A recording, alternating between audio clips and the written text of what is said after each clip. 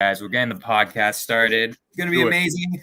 Episode 4 of Scorch the Fears. We're here right now. There's apparently an echo. I think there's an echo on your side. How are we gonna do this? Okay, wait, hold on. I'm gonna math this in my head. Crazy reverb. Right. You know what it is? I know what it is. They're hearing us talk, but they're also hearing us. So let's. We can't mute either. We can't, because then we won't hear each other unless we solely listen to each other through the Instagram Live. Mute. Okay, I'm turning up my phone, muting my computer sound. Yeah, I think turn up the phone and mute the computer sound. I think this might work. Okay. All right. Is there reverb, guys? Does everyone hear reverbs, or is everything good? I can hear you fine. It's just I hear you fine too. Does anyone else? It's perfect. All right, here we go. Episode 4, Daniel Quijano, bro. How you doing? I'm freaking living the dream, man. How are you? I'm doing good, dude. I have dogs barking in the background. Yorkies are supporting the stream. They're big fans. 100%. 100%. I'm gonna mainly be looking at my computer because this is the one that'll be recorded. The live on the Instagram is just, just extra so people know what the hell is going on because it sends us notifications and stuff. But dude, I'm so excited, bro. I mean, the first time we connected, for people to know, was after I did my podcast with Pace about realtors. That was super fun. And then you called me and you're like, bro, we got to make something happen. Yeah. That's pretty much exactly how it went too. I was like, you got to figure it out. And I think sometimes what it is, right? It's just sometimes you just vibe with people, right? You know what I mean? There's just like a vibe there that you just sense that somebody's a really cool person or a really down to earth person, and you're just definitely that kind of guy, man. You're just a real down to earth, really easy to talk to type dude. Bro, you obviously are too. That was a just a good first conversation ever, and B, just you're easily just one of the homies in sub too, where I'm like, dude, Daniel, I would just get like beers with all day, pre-real estate, post-real estate. Definitely. And you have the best bathrobe collection. Oh, bro, this isn't just a bathrobe. It's my wizard robe, dude. I apologize for not respecting the swag properly. But that should be a whole, like, if it doesn't work out in real estate, you can always do like a side business. I could just always go into the circus. That's always an option for me. Cirque du Soleil? Are you flexible though? You got to be more flexible. No, definitely not that circus, bro. Okay. Definitely not that circus. All right, dude. Tell me a little bit about your backstory, because I don't know your backstory at all. Like, how'd you get into real estate? So my backstory is kind of strange. It's probably a podcast in and of itself. But most recently, I was working, I guess, right before real estate. I was working as a consultant. I had done consulting for a number of years, right? And consulting is like this vague term. Nobody really knows what it means, right? But essentially, what I did as a consultant is I helped businesses do better, right? So if the business was struggling, or if the business wanted to scale, if the business had been around for a while and they wanted to exit, there's a number of different things that you can do.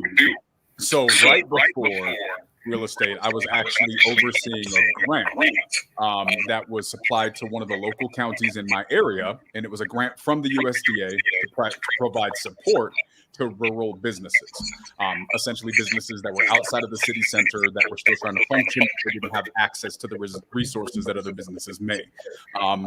A couple years prior, I had done a bigger contract with the city of Albuquerque, where we were helping businesses that were being impacted by this huge construction project. So for like a year and a half, they had no traffic to their retail businesses because the roads were torn up for a transportation thing that they were building in the city. And so that model was really successful. It was an on-the-ground model. We went door to door talking to these businesses saying, look, you guys you're a retail business. You're not going to have customers for the next year and a half. How do we keep you afloat? Right. So that model actually was a really successful model. It was adopted by other cities throughout the country. Actually, it was a really fun, cool time. We did a lot of really interesting things. And so that was kind of what led to this last contract. But that's essentially what I've done, right? It's just creative ways of helping businesses grow and survive successfully. Then COVID hit. right? So consulting is fun. Like I love consulting because I think my personality is kind of built towards it, right? I look at consulting like I look at consulting like being the grandparent, right? You get to go into the business and you get to hang out with the business for a while. You get to fix a couple of things, you get to do some stuff, but then you get to leave that business with the owners and you go back to what you were doing, right? And in my time doing that, I've worked with countless types of businesses and I don't know how many different industries. And one thing that was always a universal is I would be in that business and I would say to myself, I could never do this full time. I just could never see this. So when you work in a lot of businesses and you realize that this is not something I want to do full time, it really kind of it's just a unique paradigm shift to business. Then I stumbled across real estate. I think it was a Max Maxwell video, to be honest with you. Right. And I was like, wait, no, this is a thing? Like, get out of here. How is this a thing? And I don't know that this is a thing. Real estate has always intrigued me, but I just didn't want to do the agent thing and get a license and all of that. And so honestly, it was something I was looking into. It was grabbing my attention. COVID hit right after we launched our project. The businesses I'm supposed to be supporting are now closed down. And I'm trying to figure out how to navigate that, but I can't put a lot of resources towards it. So I'm like, what do I do? And so I started looking into real estate and, the rest is history. Love it, dude. So I'm going to do something because I'm getting some people are commenting that the YouTube audio is now screwed up. So I'm going to say this to the Instagram people. Get on YouTube, do the YouTube stream because that's the one that's going to be there forever. So that's the one I care about more. And then you and Daniel, you and I just get off Instagram and we just go on YouTube just because I want that one to sound better than this one because this one, that's fair. I get money from YouTube. You guys aren't paying me for the Instagram one, so that's perfect. Mike is saying my IG is good, but his isn't. Did you mute your mic that was going to YouTube? The thing is, I don't want to do that because I want YouTube to be able to hear me. Yeah, exactly. I wanted to make sure you didn't. Okay, that's fine, man. We can chop it off here. And so I'm just gonna get off the Instagram live. If you're watching this on Instagram live, go to YouTube, look up Jonah Korchin. Just look up my name. You're going to see the live playing. If you actually want to watch this conversation, there are 7 of you. If I don't, and I see that there are 4 on the YouTube. If not all 7, you go to the YouTube. I'm going to be mad at y'all. So yes. The link is in my bio. If you don't feel like typing, literally go to my bio and it's like, also good. You can go to my bio too. And just look up Jonah Korchin. Sorry. I'm trying to figure out the technical, issues, guys. I want to be able to do this on Instagram, but go to YouTube. Go to YouTube. Just literally look at that. Carlos Rafael, thank you, bro. Go to that link. We're going to continue the conversation. It's going to be a little bit longer because I've just been dealing with technical issues. 100% go there. It's going to be dope. I'm going to all right, for sure. We got everybody's basically there. Look up my name on YouTube, Jonah Korchin, and you're going to see a little symbol. All right, peace, y'all. See you guys. Okay, because there's only so much I can do with the technical stuff. So I'm not going to mess with it right now. Yeah, all right. Okay. Cool. Hell yeah. And then, so tell me your journey. So you found out about real estate and then you immediately jumped into wholesaling or what happened there? Yeah. So it was kind of interesting, right? So with my background, I didn't want to do it traditionally. I didn't want to just go, do it the old-fashioned way. I wanted to build it like a business because I was pretty familiar with how to do that. So I brought a couple people on board, tried to build a team. We pulled some leads. At the time that I did this, there wasn't a lot of information out there, right? This is in 2020. The amount of information that's available now versus early 2020, it's drastically different. It's pretty crazy. It's crazy how much more information is out there. So back then you have like Max Maxwell, you had a couple of Sean Terry's, but I hadn't even found Sean Terry at this point yet. And so I'm going through as many videos as I can, trying to find out how to do this. And you get these little segments, but not enough to get you to where you can't go through a whole deal with that information. And so I remember we started trying to figure out how to pull leads. And that was its own thing, right? Then you got to, it was a big, long journey of learning the data side of things. How do you pull leads? Where do you store the leads? You know what I mean? What's the best dialer? Uploading it, mapping it, all these different things. And I'm far from an integrator, right? And so long story short, we ended up getting it all set up. And then right around the summer of that year, we just started calling on some leads. And I remember I had 5 deals lined up, ready to go, right? Pretty quick. Damn. I'm somewhat decent at sales. And so I don't know what I'm saying, but I know enough to navigate a sales conversation to get them where I want them to be, right? And so, boom, they're ready to go. I'm like, cool, let's get these deals done. And I realize I don't have anything to do with them. Like, what's dispo? Like, what do I do now? And so I'm like reaching out to the people that I can, and the deals are all like this far away from being somewhere that they'd want to buy. And it was like, this is just too much. At this point, I'm still trying to wrap up my contract because that's still a thing. And, I'm like, let me just back up and let me find out a resource that's bigger than me. So that way I don't run into this again. Let me just stop calling. Let me stop doing this. Let me figure out what's going on. And like early on, I actually had a business partner who was a buddy of mine who just was too busy. So he didn't end up doing anything. Right. So it was just like, let me stop all of this. And I looked around and found Subto. So October of 2020 is when I found Subto. I joined.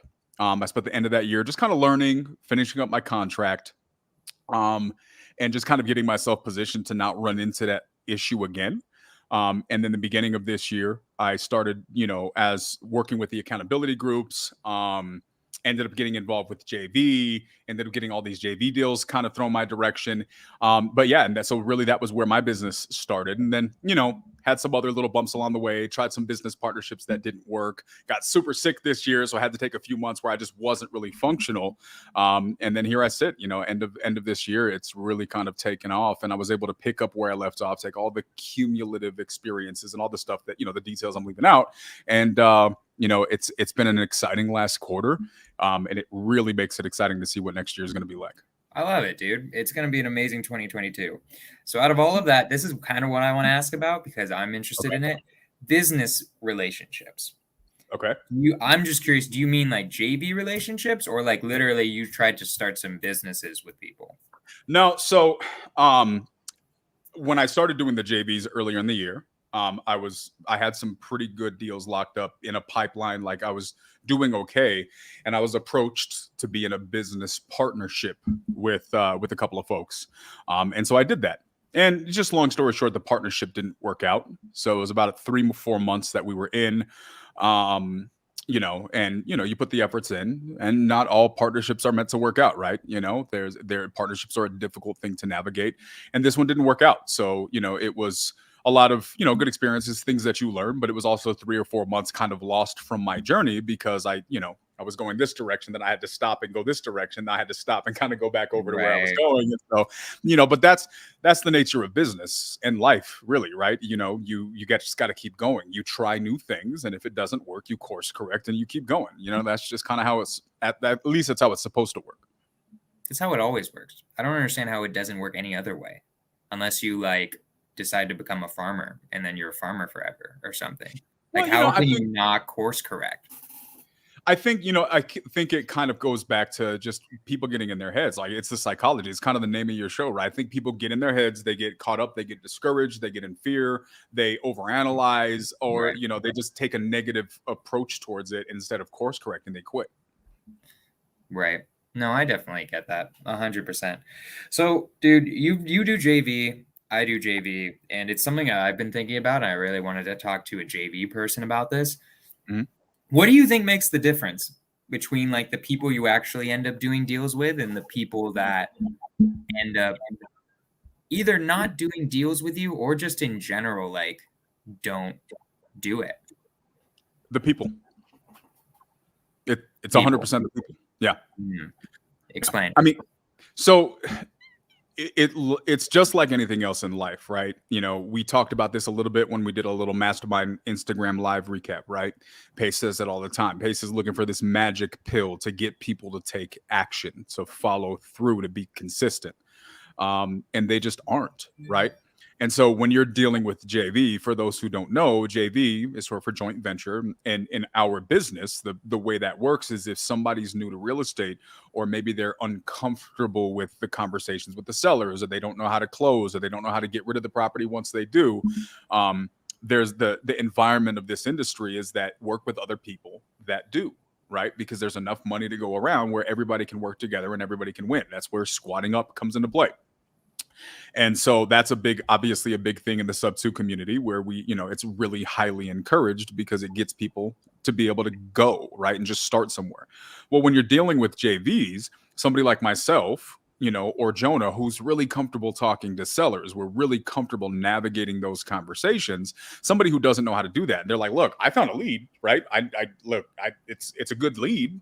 Can you do something with this? And they bring it to us. And if it is in fact a good lead, we can take it through to the finish line, right? The issue is there's a lot of steps that go into finding that good lead, right?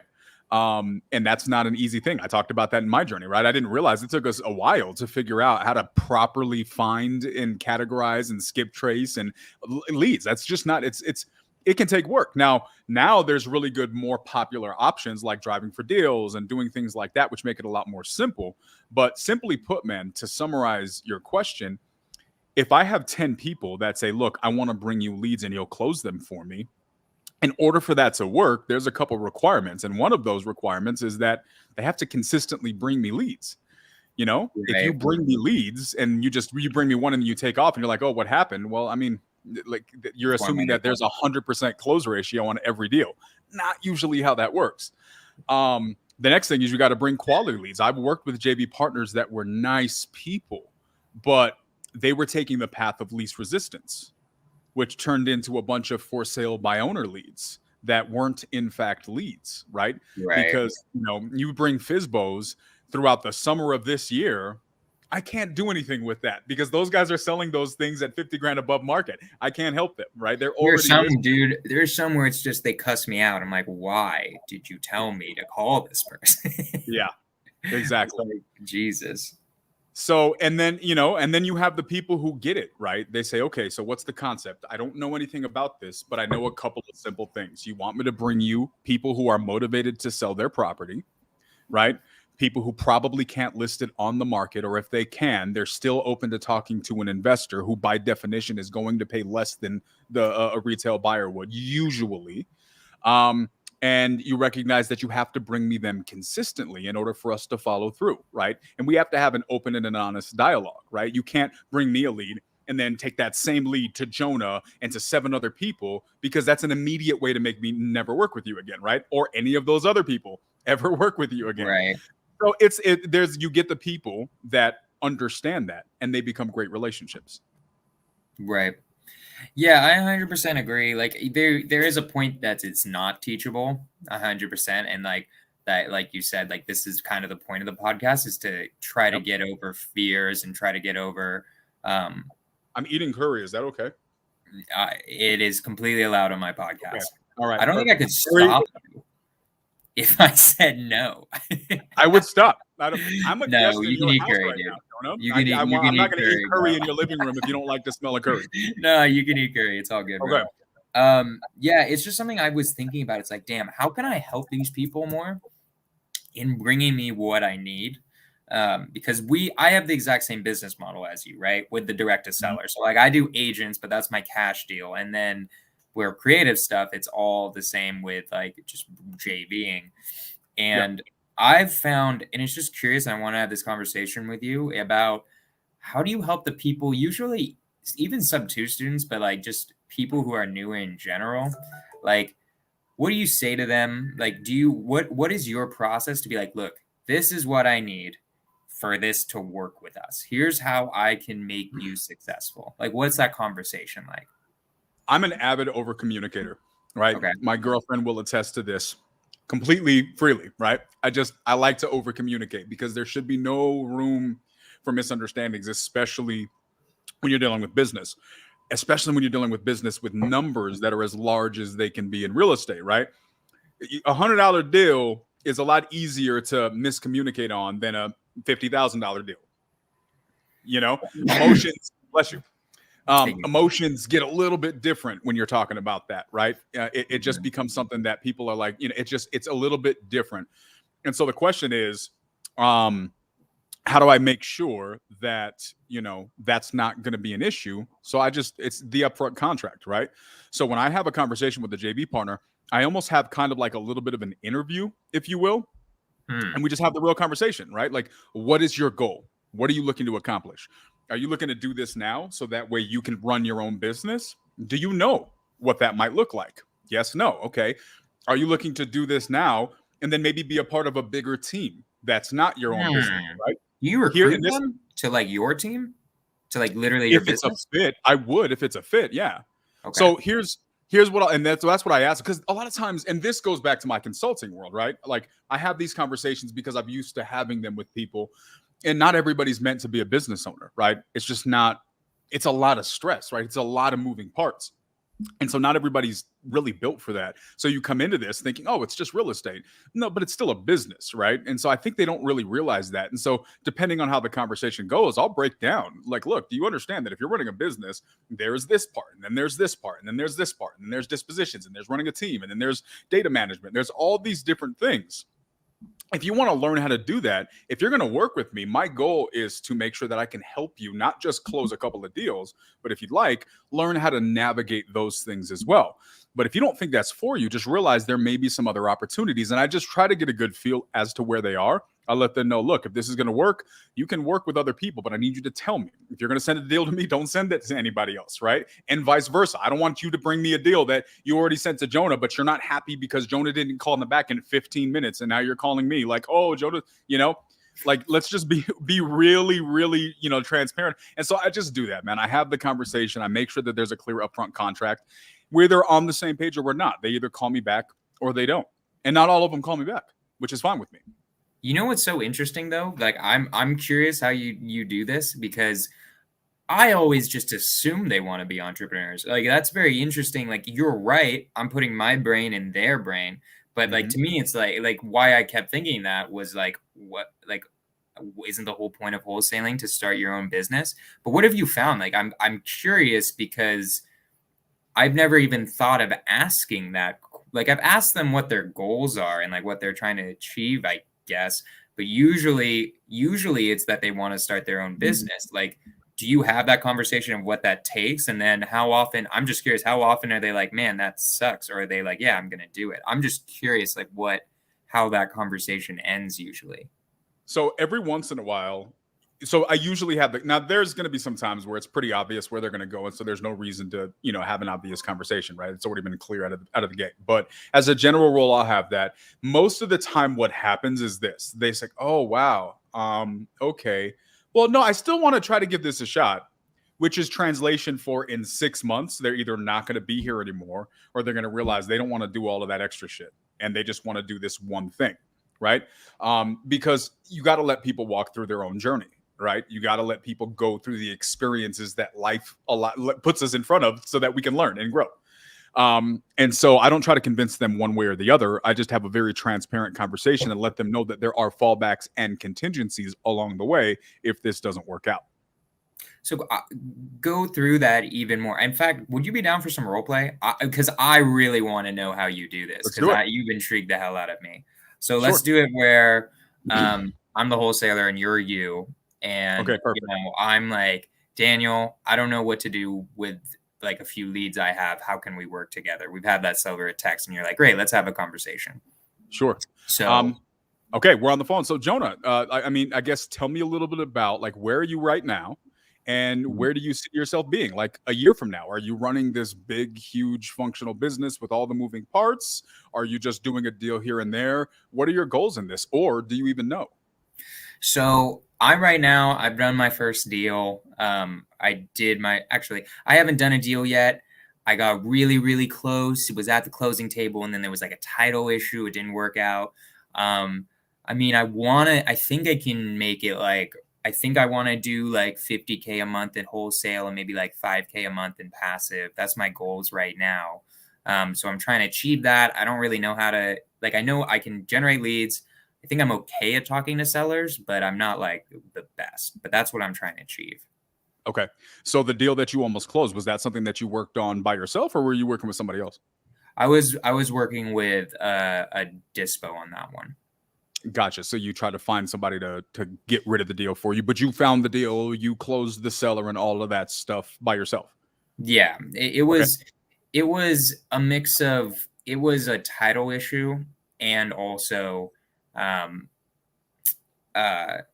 I definitely, probably, just being honest, could have locked it up. Probably should have locked it up deeper. I mean, we were making like, I would have made 2.5K and the other guy would have made 2.5K. But, I did lock that one up. But I don't have the consistency of deals coming in that I want right now. Gotcha. I think I could learn a lot more from somebody like you. Okay, so how comfortable are you with sales? Is it just something you're good with talking with people, but you're not the best closer, or do you have a lot of sales experience? I don't have necessarily sales experience. I like talking to people, but I think I'm okay at it. I don't know if I'm the best at it, if that makes sense. That makes sense. No, that's fair. That's where a lot of people come into it. It's just good to identify, because as you're having conversations with sellers, different things will present themselves, and you don't want to make sure you're not leaving money on the table simply because you just missed something that you didn't know to look for, right? Mm-hmm. So I like to know that if I'm going to work with someone, I like to be able to know how I can help. So that helps me to know where I can help, right? That said, so I guess paint me like best case scenario, right? Paint me the picture like a year from now. If you're still doing this real estate thing, what does that look like for you? I'd say $50K wholesale every month, $5K passive income. And while this is happening, I'm on a beach in Jamaica. Beach, Jamaica, 50 grand a month. Yeah. I like it. Can I come with? 100%.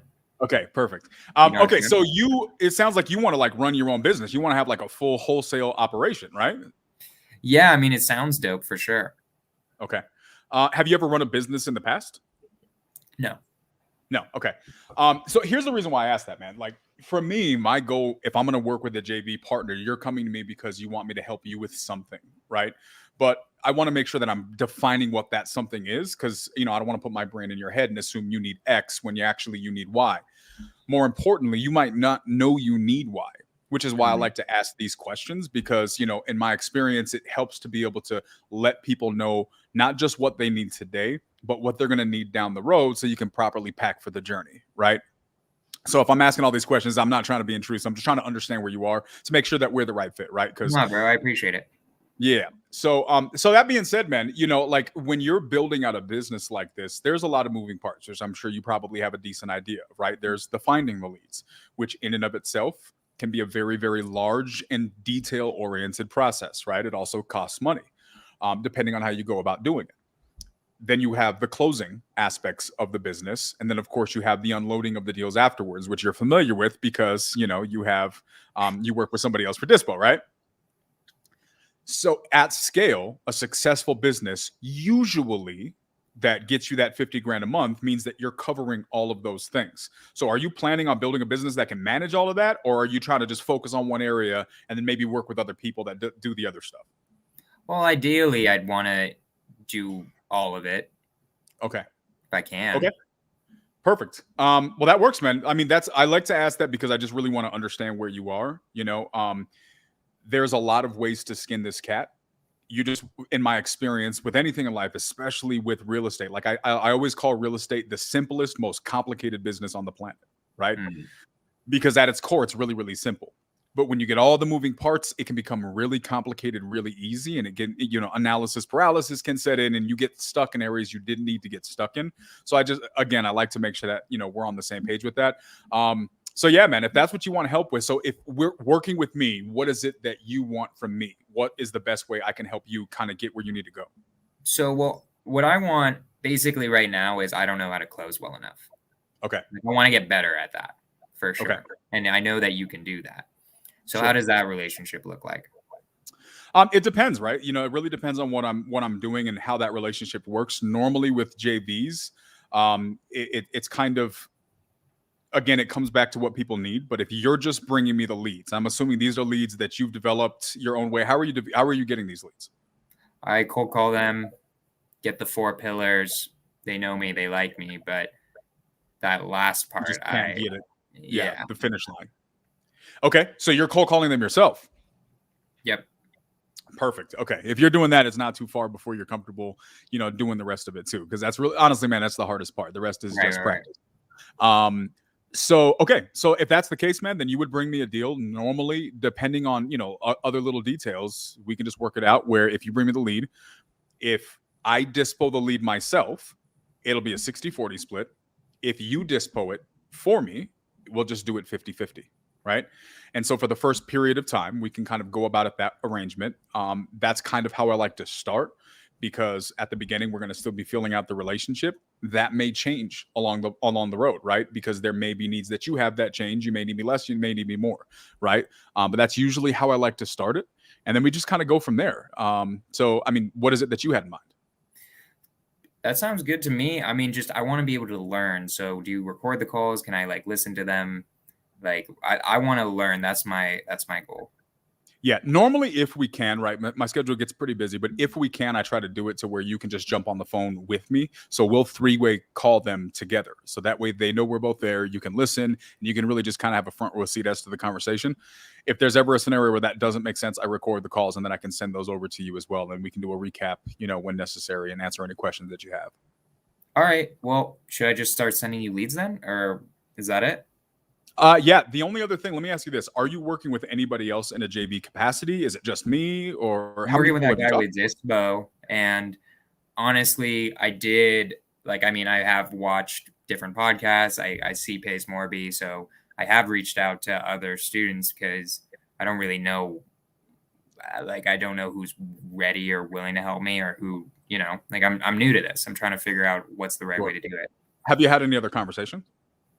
Yes. Okay. So is anybody that you're moving for? And I don't want to pry, but I just want to try to understand, right? Because also, if we're going to work together, I only have so much time in the day, right? I want to make sure that I'm able to actually call back your leads. And so what I try to do is get a feel for, which is my next question, how many deals or leads you think you would be bringing per day, per week, whatever that is. So I can make sure I can allocate the time for that. I don't commit to you and then I can't follow through. So that's why it helps me to understand who you're working with and what your lead flow is going to be. Well, so far I was working with this guy named Jonah Korchin. He's a little bit slow. I hate that guy. Yeah, he's a terrible dude. Never responds to my text, has like 5 different numbers, kind of weird dude.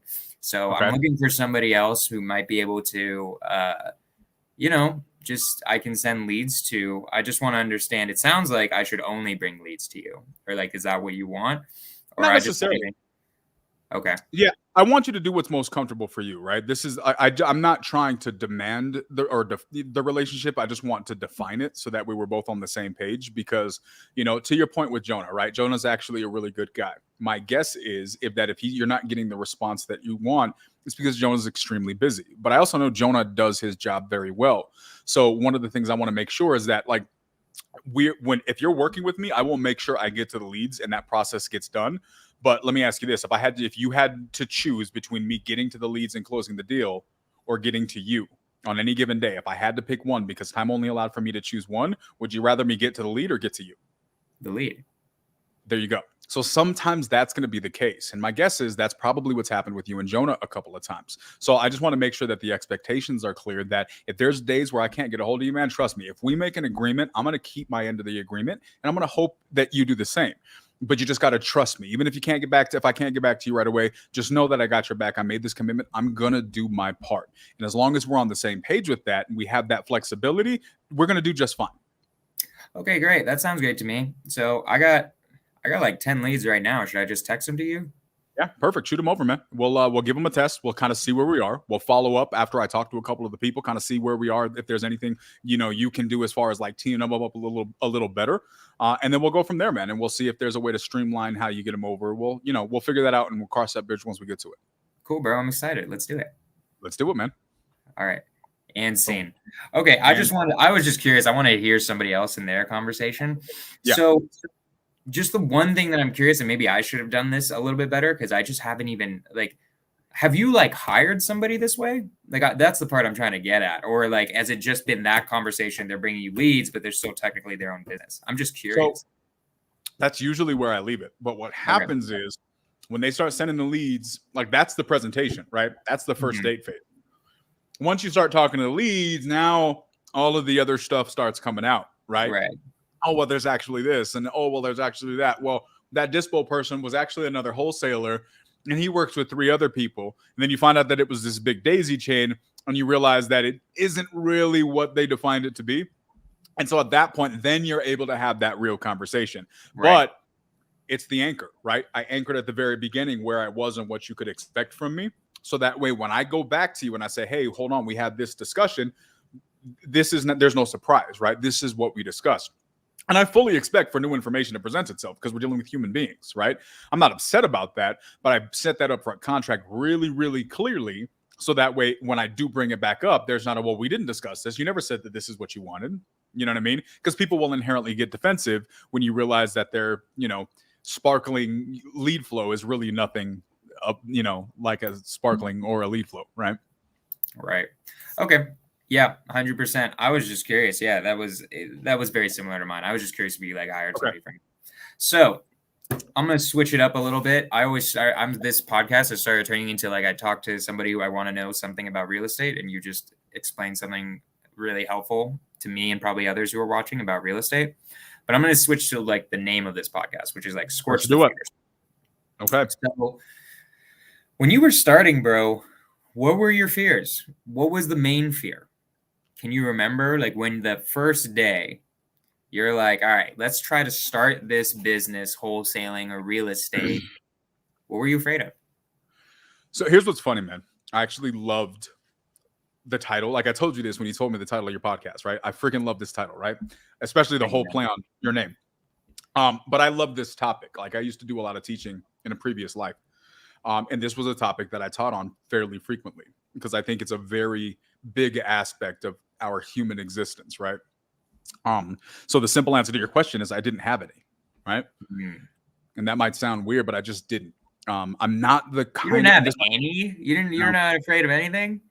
No. Here's what's weird. Man. Okay, wait a minute. That's because hold on. That's from previous experiences. Then that means because you were in consulting and you had done businessy stuff, you weren't as scared of it, right? Am I right about that? Yes, you're partly right. I feel like that's it. If I had to give a guess, because that people usually have fear. So I'm gonna switch it up a little bit.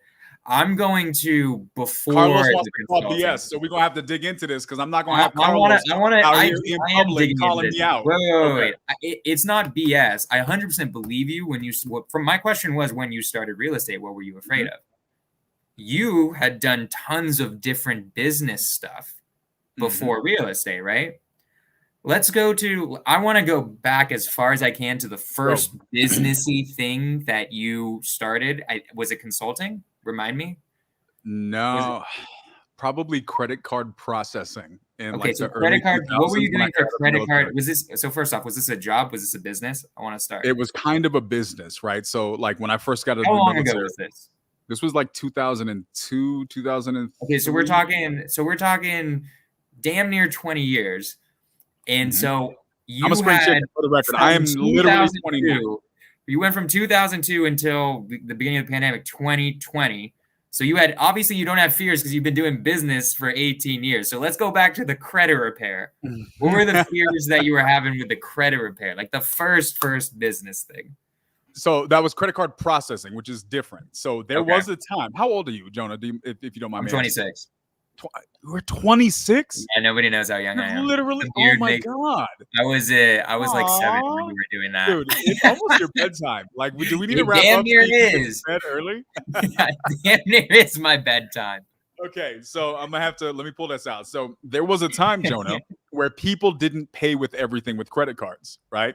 Cash was the normal way to process purchases, right? All the way into the early 2000s, this was the case. Not every store you went to processed credit. Like, look at Mike. Mike knows what I'm talking about, right? You get me, Mike. So yeah, credit card processing was a new thing in the early 2000s, late 90s. Like having a credit card machine in the store was not exactly. Is it screwed if I say I don't know who Harlan Sanders is? Here's a fun fact, right? And maybe this is a full circle. Mike, a really good friend of ours, so the people who are just listening to this or can't see this, Mike is one of our good friends. He was in the mastermind, and he says, "I feel like the Harlan Sanders of real estate." I'm about to Google who Harlan Sanders is because I have no idea who that is. Here's what's funny, right? So, by the way, this is ginger beer. Colonel Sanders. I'm not getting tipsy. Okay. It's Colonel Sanders. We got to focus on you, dude. Focus. Let's don't get distracted by the comment, although we love it. Okay. So here's a little fun fact, right? I had a buddy of mine from when I was in the military. He was driving through and he stopped, right? He stopped in to see me. And this was right when I was like, this was earlier this year. So I was kind of getting started in the real estate thing, or whenever it was. And he was like, dude, you're doing the real estate thing? He's like, I remember when you were on the ship. This was like it was like 2001, right? And he said, I remember you bought one of those infomercial real estate business courses off the freaking TV, and you had all of the books inside of your rack on a ship, right? I was like, oh my God, I forgot about that, right? I've always been this entrepreneur guy, right? Like my mom, when I was 16 and she was telling me to get a job, like go work at McDonald's, I started selling rainbow vacuum cleaners. Okay, so purebred. Yeah, I guess that's just how I'm built, right? Right. So to going all the way back, so credit card processing, right? There was a time where people had to pay with cash, like you kept cash on you to, be able to purchase items. Like, dude, I still pay with cash. I have a lot of cash on me, just FYI. Okay. I mean, humble brag. I'm balling now. So there was a time where that was like a decent business opportunity, right? Where you would go and you sell these credit card processing machines, and depending on who you were a vendor through, you would get points on their transactions every month, right? So you get a little check every month and all that. So that was one of the first little businessy things that I did outside of like, What were you afraid of when doing that? You just started your first business. Let me go farther back. Let's answer this fear question, right? Maybe I'm a little bit weird. Maybe I'm a little bit of an anomaly, right? But I didn't grow up in the best of environments, right? I grew up in a rough environment. I had a single mother, she was work a lot. I would wake up at first grade. I would wake myself up, get myself ready. My mom would put like a little bowl of cereal and milk in a cup, and I would pour the cup into the cereal, and I walk myself to school, right? And then I walk to daycare afterwards. Gotcha. And then, so when you grow up in these type of environments, like fear becomes a thing from a young age. You can't really show that well because, people will approach you differently if you look like a fearful person. So I think that from a young age, I was just raised in an environment where fear didn't serve me. I got you. I know what you mean.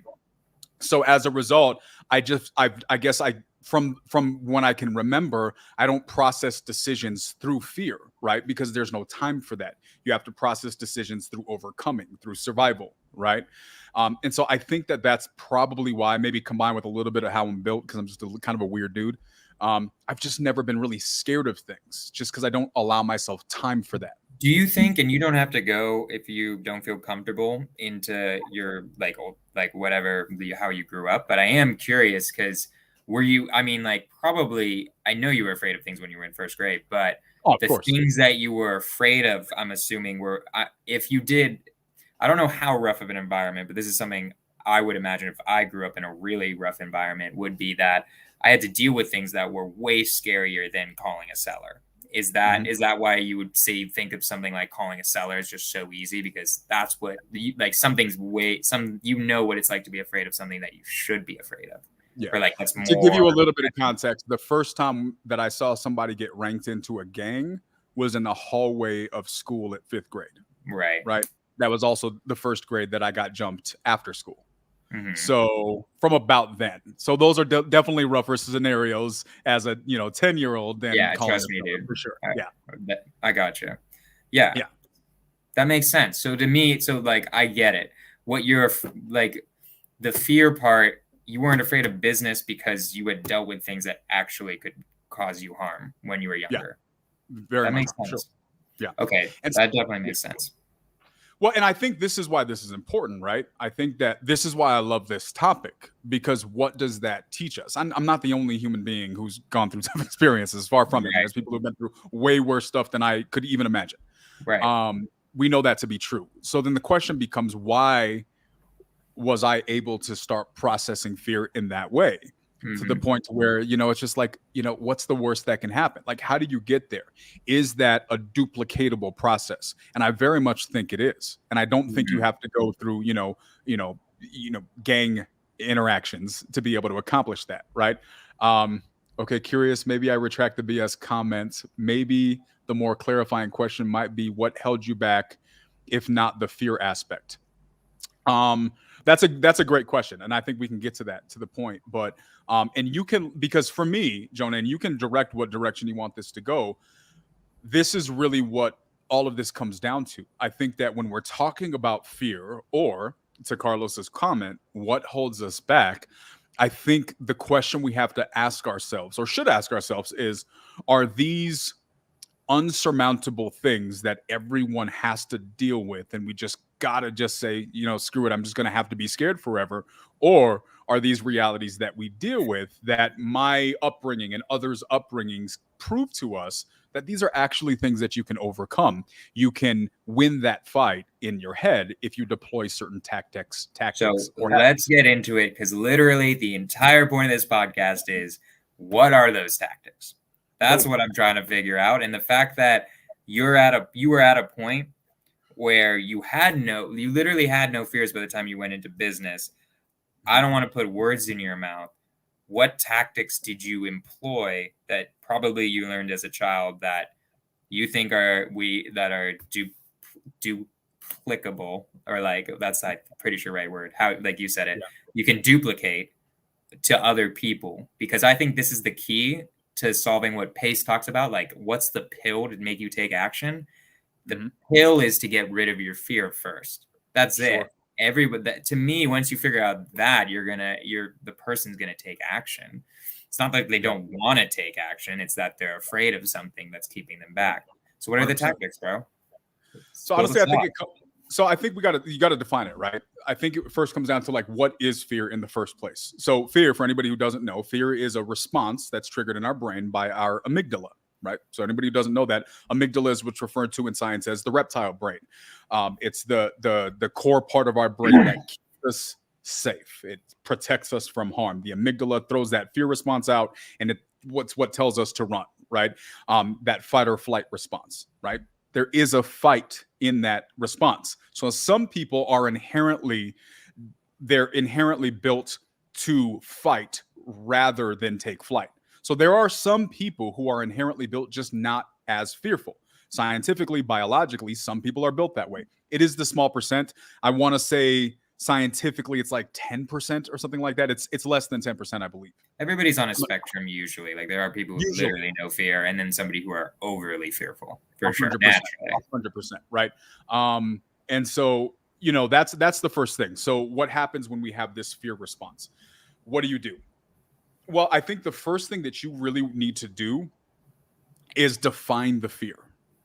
If there's anything I've learned in life, is that we don't accurately define things, right? And it's easy when you don't properly define things and place things in the categories that they need to be in. It's easy to let stuff blend together. You start throwing things in one basket, and then you start throwing the baby out with the bathwater, right? It's a nice generality.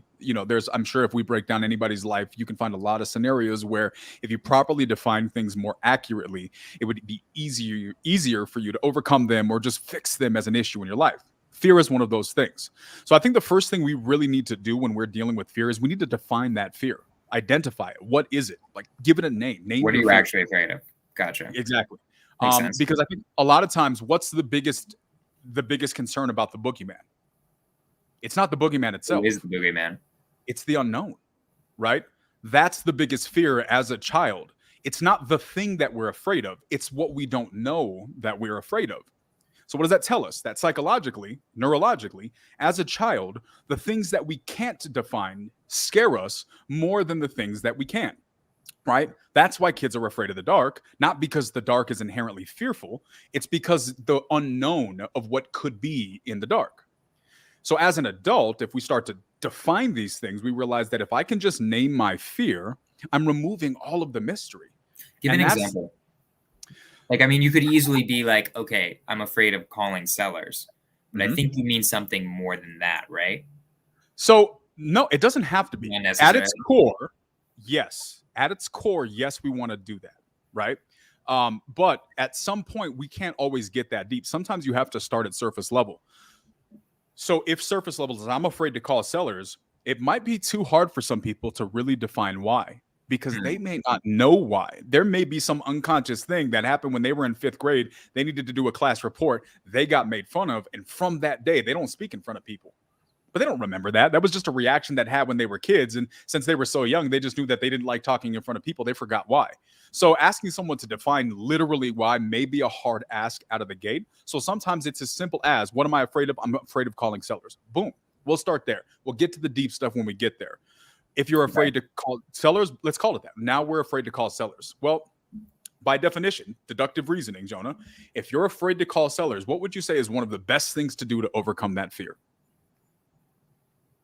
Probably call a seller if I had to Call give a a guess. seller. That's a guess. That's a great guess because I think that's the right answer, right? I really do, because I think that when you name something, you have to figure out, okay, what's the next step? So I've named my fear. It's calling sellers. Then what do? You have to defy that fear. You have to challenge it. You have to run into the face of it. A lot of people think that the best way to overcome fears is to pretend you're not scared. Daniel, what if they swear at me? Okay. What if? What's the worst thing that happens? Feel really bad. Okay. And then what's the worst? So Jonah, your concern is that someone's going to swear at you. Let me clarify something for you.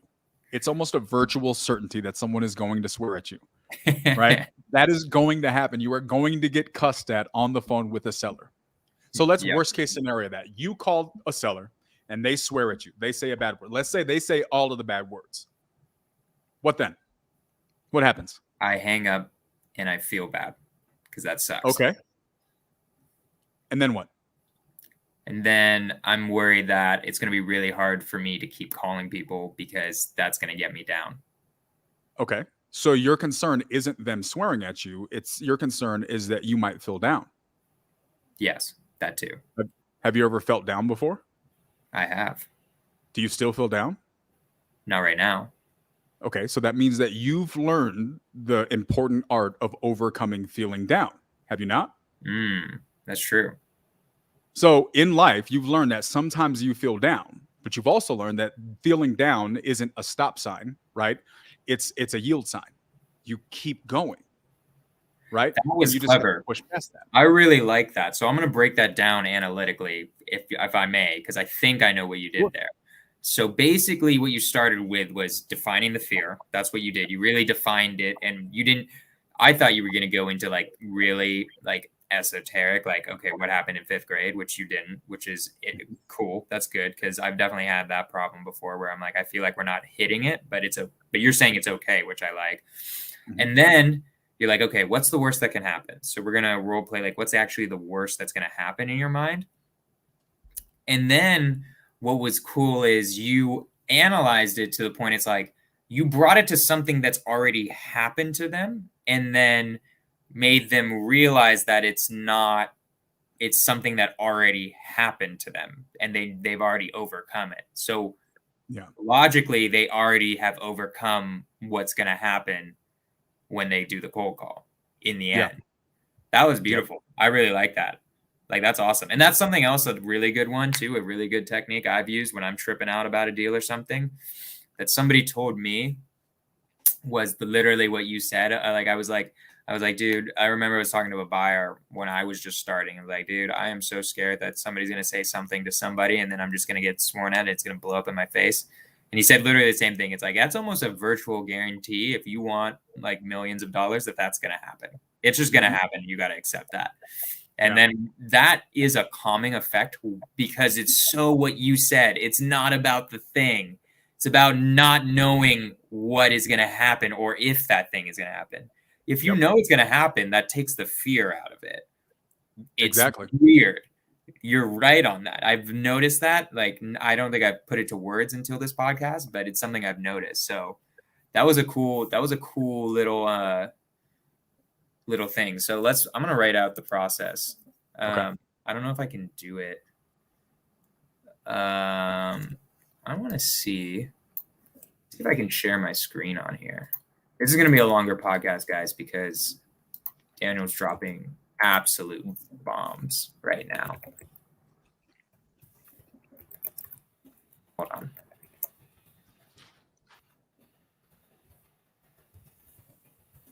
So let's see, because there's this little thing. Okay. Why isn't it sharing the screen? You broke it. Hold on. Share screen. Come on, share screen. Oh, you got this. Perfect. Oh, wait, that's going to be perfect. Okay. All right. Daniel the Beast Quijano, how to overcome fear. We're going to do like a step-by-step process. Boom. 1, define the fear. What are you afraid of? 2. Okay, what do you think is number 2? Because I said that all really quickly. Challenge and now the fear. forgetting. Analyze the fear. Okay, so analyze the fear as in, do you think that's asking the question, what do you think is the worst that'll happen? I think it depends on the person, right? But I think analyzing, it's like, like anybody who remembers fractions in math class, right? What was the one requirement if you're going to successfully do fractions? You have to break it down to the lowest common denominator. Oh, okay. If there's another piece that you see there, break it down again. If there's another piece, break it down again, right? And so we started with, you're afraid of calling sellers. Why? Well, what if I get cussed at? Then we thought, oh, well, getting cussed at's the issue. Well, it's really not, because what happens if you get cussed at? We covered that, but that wasn't enough, right? Because what happens if you get cussed at? Well, I feel bad. Okay, so well, that's now that we're getting closer to the core issue. Right. There's probably a couple more places at that point, but it's just like anything else in life. People, you need to stop when you're able to move on, right? And so at that point, that way, if that's the light switch for someone to move forward, then they have enough to move forward. They can get deeper at the next stop. Okay, I like it. Okay, so basically just analyze it. And then what do you think is step 3? Just do it, or challenge is there something in between that? Challenge it. Challenge the fear. Challenge it. So is that now, what is that saying in the case that we did before? Like basically being like, so is that really that bad? So challenging the fear is calling. Do the opposite of what fear is telling you to do. Do the thing. Do the thing. Do the thing, guys. Do the thing. Right now, like, this is where a little bit of common sense has to be deployed, right? Let's throw our asterisks here. If fear is telling you not to put your hand into the fire, short of, someone's life that you're trying to save, probably a good idea to not put your hand inside of the fire, right? Right. So we need to deploy a little bit of common sense here, but when it comes to calling sellers, then you need to challenge that. You need to say, okay, the fear is what's stopping me. How do I challenge that fear? It's muscle memory, right? It's getting comfortable with the thing so that it no longer becomes this insurmountable task. What used to be fearful because it seemed this big, it was the boogeyman in the dark. It now has a light on it, and you realize that it was the coat hanger, and the shadow was what was reflecting. You're no longer scared of the coat hanger because you turn the lights on. This is our way of turning the lights on, is making the calls. I love it. So, okay. Because now I'm really gonna go into it, because that's an amazing, like, you're the first person who's literally like broke down a process so far. Like everybody else is given like that, and that's super interesting that you literally have a process for breaking down fear. Sure. So I want to do one that's a little bit like a fear that's more, in my opinion, like a little bit more esoteric, a little bit more not like a specific action. So I'll go into, let's do it. Let's analyze me. So okay. One of my fears, I'm doing it. I'm like getting over it. But one of my biggest fears that I realized has been keeping me back from achieving what I want to achieve in business. I'm going to go back to us for a sec.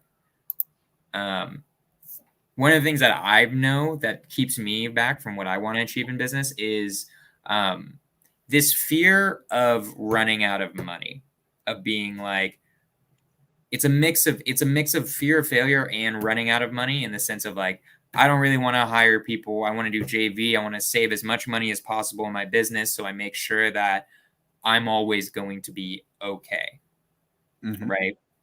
So I kind of want to use your process a little bit. So defining the fear would be, I'm worried I'm going to run out of money. Mm-hmm. Right. Sure. And analyzing it more would be, something like how, like, I'm afraid of that because I have no idea, again, not knowing if next month I'm going to even get a deal. Maybe I'm not as good as I've been in the past. Who knows? Maybe something changes in something else, and then this thing that has been going for a really long time isn't, and then I run out of money. Everybody thinks I suck now, and wait, I'm going to take. Is my screen still showing? Oh wait, no, it's there. Yeah, no, you're good. You're good. I'm going to suck now. Everybody's going to be like, yeah, see, you suck. So that was something that was holding me back for a really long time. And I rationalized it as it's smart to not spend too much money. And it's just, what do you think of those ones? Because I feel like, at least for me, I feel like something like that is harder because the specific action is, I guess, spend more money to hire people. What do you think of that? Okay, so I think that's two things. And I think that's a really great point. We're turning you to Daniel, the psychologist. Let's do it. Fun fact, I actually have like a whole book series on stuff like this that I started writing years ago. He's a psychiatrist. Nobody knew. I'm a nerd. Okay, so here's what it comes down to. I think it comes down to two things. And on one of the things, you're kind of flipping to the back of the book. I think the first part, it comes back to... Wait a minute, you wrote a book? I started to, yeah. I haven't finished it. I probably will one day, but I have like a whole series. You have a book? Wait, hold on. Before we get into it is not written. It is a conceptualized thing. I have a structure built out. In my head, I know, but it just... I haven't done... Yeah, so we'll see. We're gonna set some goals around that. This might have to turn into a 2-hour podcast. No, I'm playing. Yeah, let's just stick to this though. Okay, so let's go to the back of the book. Right, the back of the book is identity. Right, it's know yourself. Knowing ourselves is something that we really don't discuss a lot in, let's call it, Western society. I can't speak for other cultures because I'm sure there are there's some that do. But in Western culture, we don't discuss knowing ourselves, right? Yeah. Not Last 5 or 10 years, like with people like Gary Vee, self-awareness has become a catchphrase, and it's kind of a gateway to knowing who we really are. But self-awareness is the action. Knowing yourself is the foundation, right? And so I think that we need to differentiate that. And so I think a lot of this comes because we grow up in a society where we don't know who we are. We tend to make a lot of decisions based on external motivators, right? So let me define this. What does this mean? Anybody who went to public school has a good idea of what this is like, because what's a big part of public school is fitting in, right? And why is that so important? For a number of different reasons, one of which being kids are assholes, right? So, anybody who's ever been picked on in school, or anybody who was the cool kid who was the one doing the picking on, realize that we grow up in this environment from a young age, in our most formidable years, where our brains are being formulated and telling us how to think and react. We're told that we shouldn't process our decisions based on what we think are best for us. We're taught that we should make our decisions based on what other people will approve. Right? Right. So it's an approval thing. Well, that's really, really shaky ground, because it develops this habit where I'm making decisions based on what I think you might think is good or bad. By definition, in our brains, that's shaky ground. It's a guessing game at best. So it's like we're trying to stand like the old Indiana Jones things where you got these pillars, right? You're here at this one place. The place you need to get is over here. And you got these little pillars that you got to jump between to get to the other side. And one of them is inherently broken. So you have to stand on it for a couple of seconds and then jump to the next one. And if you don't, you fall. That's what our brain does when we make decisions based on this. Well, one of the most inherent things, let's put yourself in this place, Jonah. If you're the guy in the Indiana Jones movie, but it's real life, and you're jumping from place to place, what's one of the biggest feelings that you're going to have running inside of you at that point? Fear. Fear. Why? Because of the unknown. You don't know what this person is going to say or do. You don't know if they're going to approve or disapprove. So you're trying to make your decisions based on what other people may or may not think. It is the definition of insecurity. It is the definition of fear. And as a result, we never develop our own identity.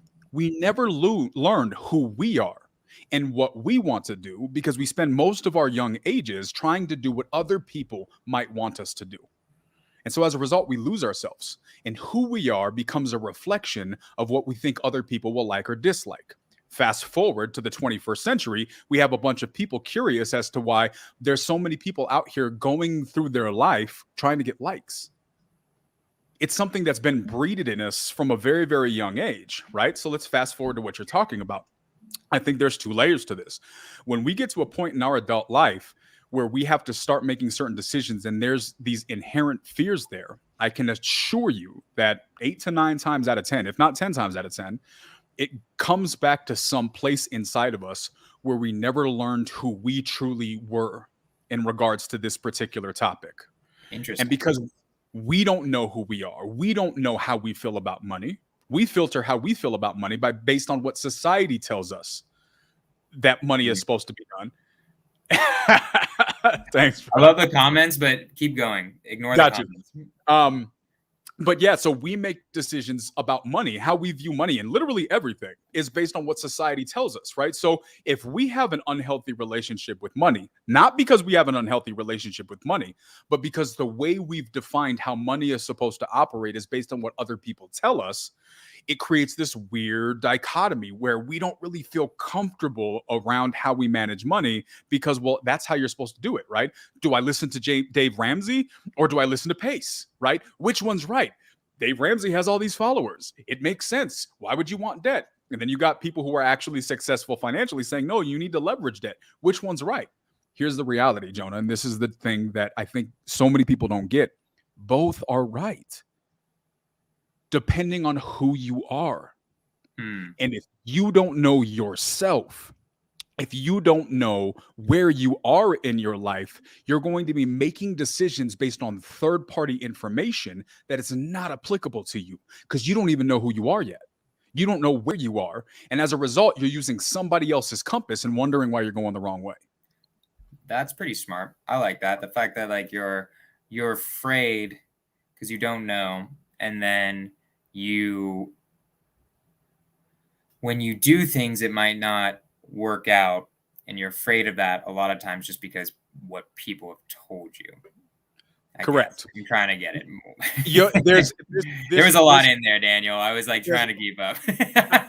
Sorry, man. There is a lot, and I went really, really far out. Yeah. So we can bring that back to the tangible a little bit. You know what I mean? Summarizing, you need to know yourself, and that gets rid of fears, right?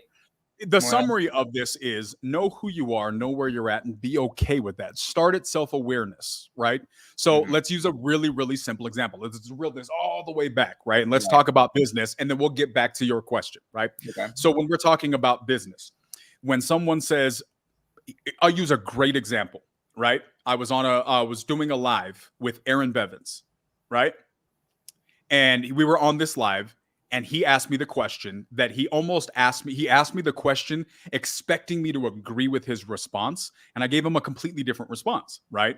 And he was like, oh my God, I've never heard anybody say that. We need to do a follow-up and talk about this. His question was, even if you're not comfortable with sales in business, basically, I don't know if he phrased it this way, but however he phrased it was, do you think what do? Do you just give up or do you just make sure you get good at sales, right? What do you do? And I said, if you really are never going to get good at sales, don't get good at sales. Get somebody else who's good at sales. And his mind was blown. He's like, why would you do that? This is a necessary part of the business, right? Like, this is what you have to do. Here's the thing. He's right. But there's more than one way to get to this end result, right? But what we're taught in modern personal development days is you read the book and then you do what the book says. Well, that assumes that books are universally applicable, and they're not. So if you don't know yourself, so part of this is, so let's paint this picture. You're going to have somebody who inherently is, let's use simple real estate, analogies from rocket fuel, right? They're an integrator. To break it down to a simple denominator, they're never going to be good at sales. For the audience, an integrator is somebody who, this is going to take a while to get through the difference between a visionary and an integrator. I want to stick it to just somebody who's not good at sales. So I'll summarize it in the way I explain it. So an integrator is someone who's just not going to be the outside point. They're going to be a back end person, right? Yeah. And this is a really gross generalization, which isn't fair, but for the sake of getting to let's not get into rocket fuel though. But you and me both understand it because we read the book. But great book, by the way. Read it. Everyone's listening. But keep going. So essentially, when it comes down to it, let's say somebody is just never built to be an external people person. Their gift, their skill set is best deployed on the back end. Telling that person that if you want to be successful in real estate, you have to be a great salesperson because that's a necessary part of the business. And that's what the book says. So you got to do it because sacrifice, because personal development, because challenging yourself. they're going to live their entire career failing or quitting because they can't overcome this obstacle they were never built to overcome, right? It's the analogy that Einstein says, right? If you Yeah. judge a fish by its ability to climb a tree, it's going to live its entire life thinking that it's stupid, thinking that it's a failure. This gets lost, right? And in our efforts to promote personal development, we forget the personal part of the development because it is personal. It's supposed to be tailored to the individual. But what happens, because we don't teach this part as loudly as we do the development, people who are meant to be on the back end, because that's their gift, they're magical there. They're spending all this time getting stressed out, operating in a place that's just wrong for them, creating all of these emotional triggers and responses, thinking that they're a failure because they're just out of position. And so where does this come back to? Circling back to the identity thing. You got to know yourself. You got to have at least enough awareness about who you are as a person to feel comfortable saying, this is where I need to double down and challenge myself. And this is where I need to say, that's just not for me. Right. And so I think that a lot of that, when it comes to knowing who we are, there's a tangible application as to why knowing yourself is actually very important. It's healthy and it's lost in our society, I think. Okay, for sure. I mean, 100%, that's a really good reason why people don't succeed, is that they try to be a fish who is trying to climb a tree. Mm-hmm. I want to bring that back to failure or to fear specifically, in the sense that, okay, because I know myself, is it that I'm able to define the fear better? Well, how does knowing myself help with fear specifically? Because I could know I'm afraid of a bunch of stuff, but is it defining the fear or what? No. It's 100%. I think it's a foundational part, right? Because let's use this simple as what we're talking about, right? Let's say you're a person that's meant to be on the back end, right? Let's walk through that experience for a second. You're an amazing, administrative person. You can build out systems and software and tactics and practices like nobody's business. You're one of the best.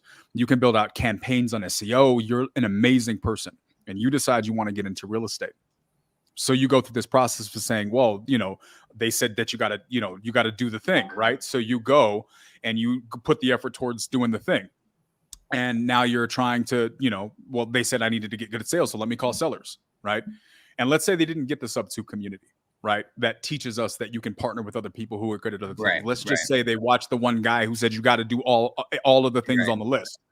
And so what happens? They go through this entire emotional process of overcoming this fear, right? Of going out there and they try to make these calls, and it's just this hit and this hit and this hit, and it discourages them. What it does is it creates this domino effect of insecurities that didn't need to exist, right? So let's go all the way back to. So you're preempting it. You're like preempting even the need to have fear because it's I'm defining it. Okay. Which is what it comes down to. How do we overcome fear, Jonah? We define it, and we're not taught to define it. Let's go to public school. We are raised, every single solitary person needs to sit in this chair for 30 to 40 minutes. Don't you move. Right. And you need to process this history book this way, right? Well, anybody who's ever been in school knows that there's always those kids who are always moving around, right? I was that kid. I'm not to sound any kind of way, I'm not a dumb person, right? I spent up into my mid-20s so much time, Jonah. This is a perfect example. I spent so much time feeling like a failure. Do you know why? Because I could not, for the life of me, sit down and read a book. Couldn't do it. I will read that paragraph 64 times, have no clue what it said. My brain was 84 other places.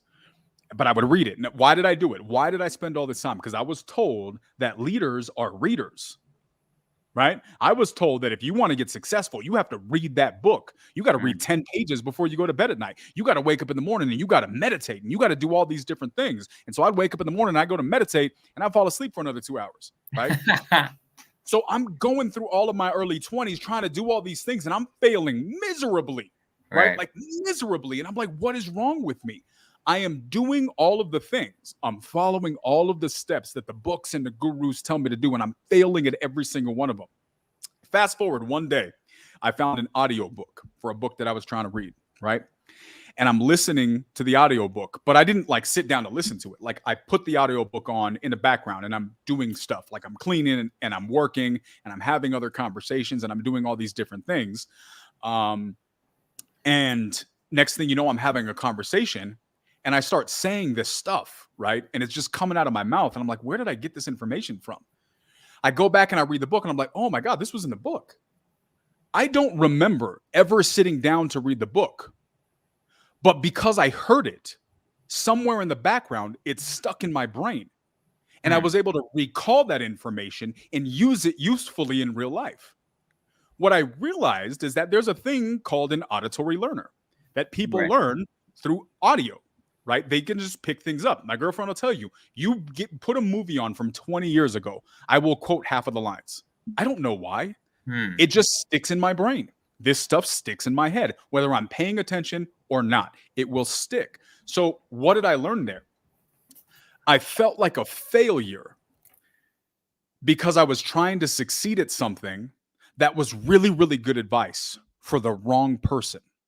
And in my effort to do that, I missed out on my gift. Why? Because I wasn't defining what the right path is for me, right?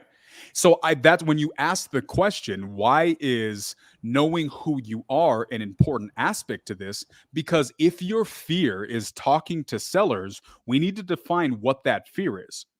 If that fear is defined that I am just not built for this, I don't have a problem talking to Jonah. I don't have a problem doing this. And honestly, if you put me on a call with one or two people, it doesn't freak me out. It's just awkward for me. It feels unnatural. That's completely different than, I just think I'm going to screw up. I think I'm going to mess up. What happens if they yell at me? What happens if they cuss at me? Two people with the same fear were defined completely differently. And because we were willing to define it, we realized that one was scared of a negative result that needed to be overcome. One was scared of walking down a path that was never built for them in the first place. And forcing them is unhealthy. Jesus, bro. So that was knowing insane value. That's that's a mind blow, dude. So that's crazy to think. So the whole point of that is to figure out, again, it's just figuring out, okay, so what are we actually afraid of?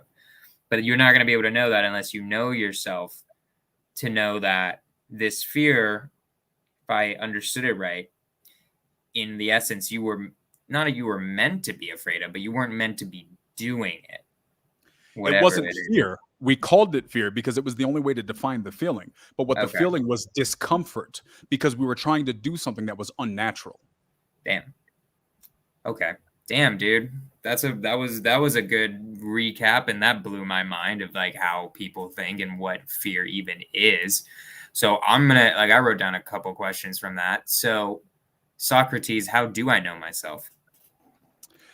That's the tough one, man. That comes with constant challenging. It comes with that's a commitment. That's a marathon, not a sprint. And it comes with making the commitment to yourself. I'm going to question everything.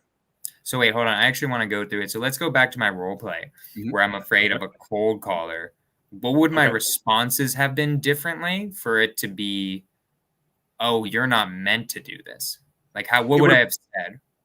It would have probably been that this is a little bit me just having experience reading people. Like I'm going to have a sense out of the gate, right? But when you say things like what you said, that tells me that that's a surface level fear. It is a common thing that most people fear, which can be overcome.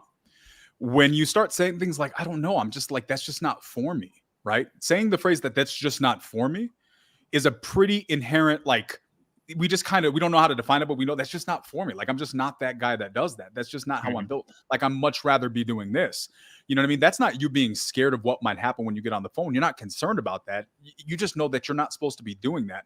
So when people start making more core statements rather than surface or reactionary statements. Interesting.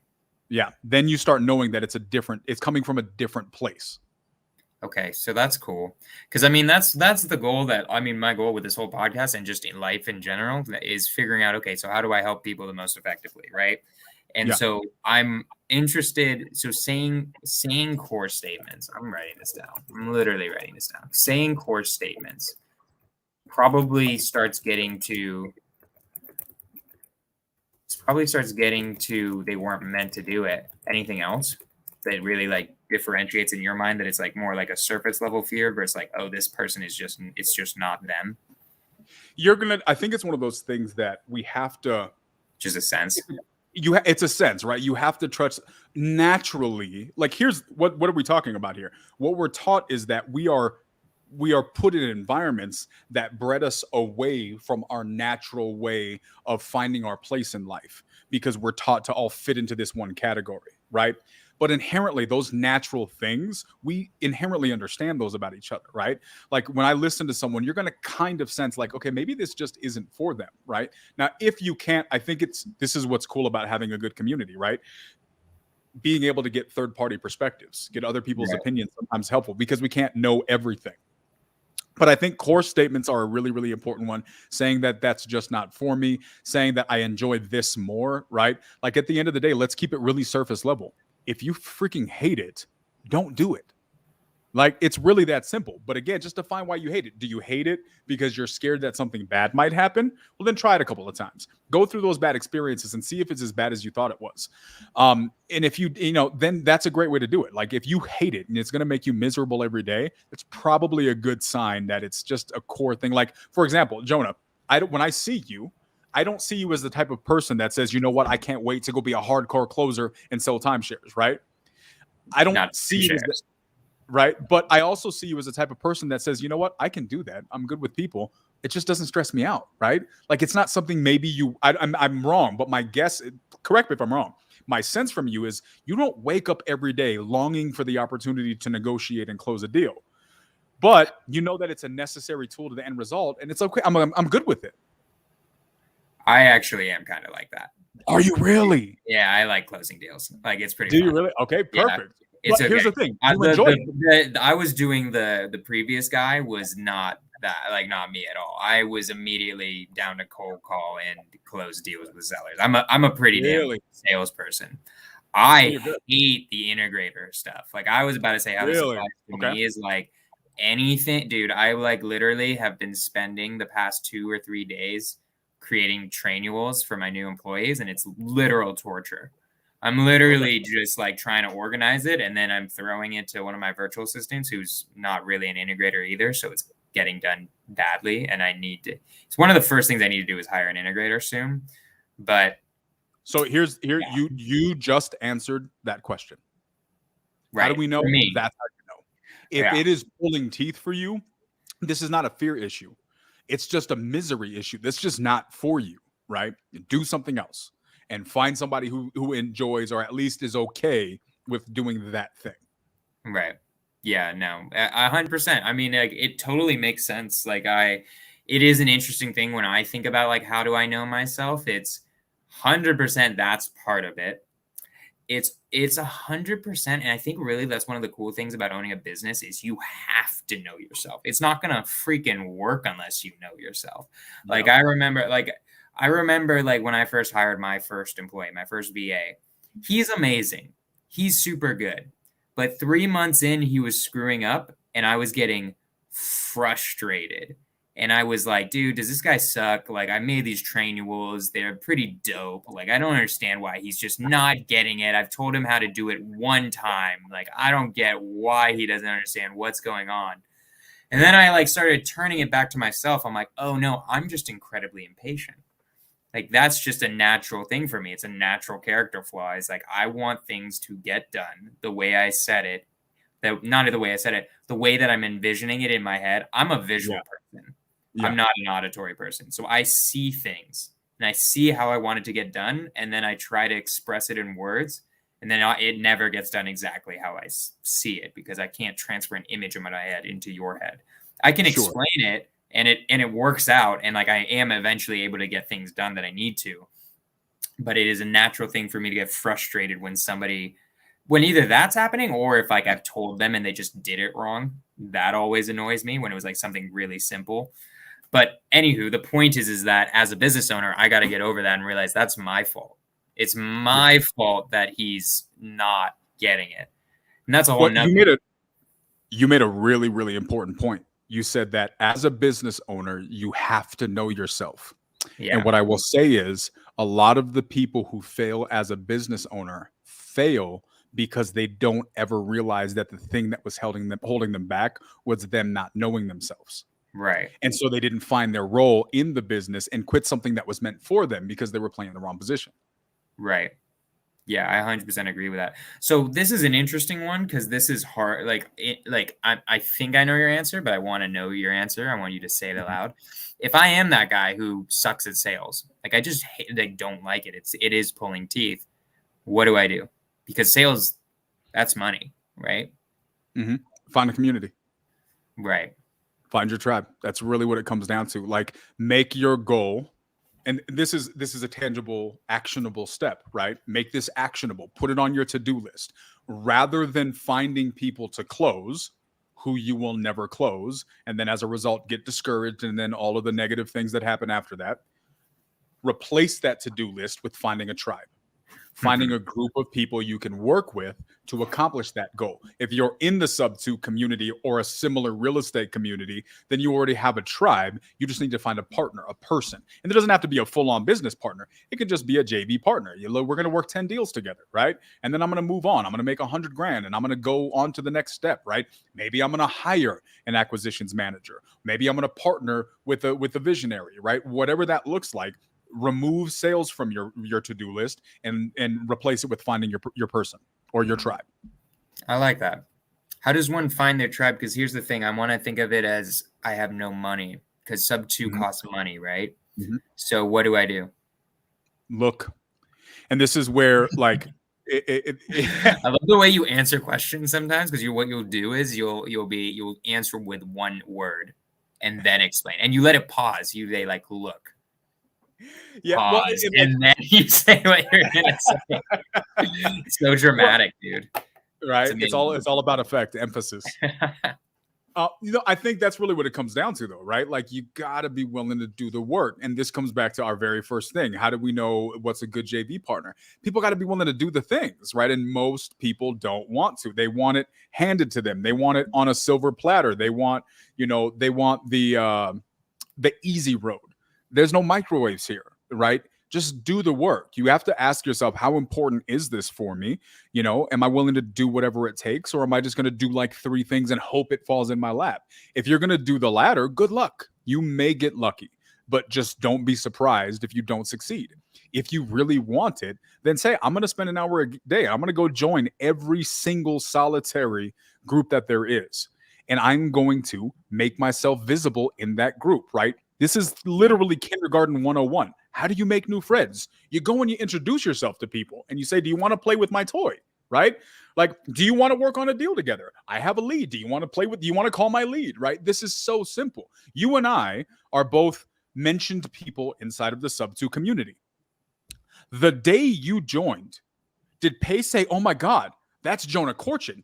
Let me put him on this pedestal and tell everybody. It didn't work like that, right? Yeah. I've been in subto for over a year now. I've done all kinds of stuff that nobody ever saw before they're seeing who I am, because I put the effort in to put myself out there and make relationships. And over time, right? Again, no microwave. Right.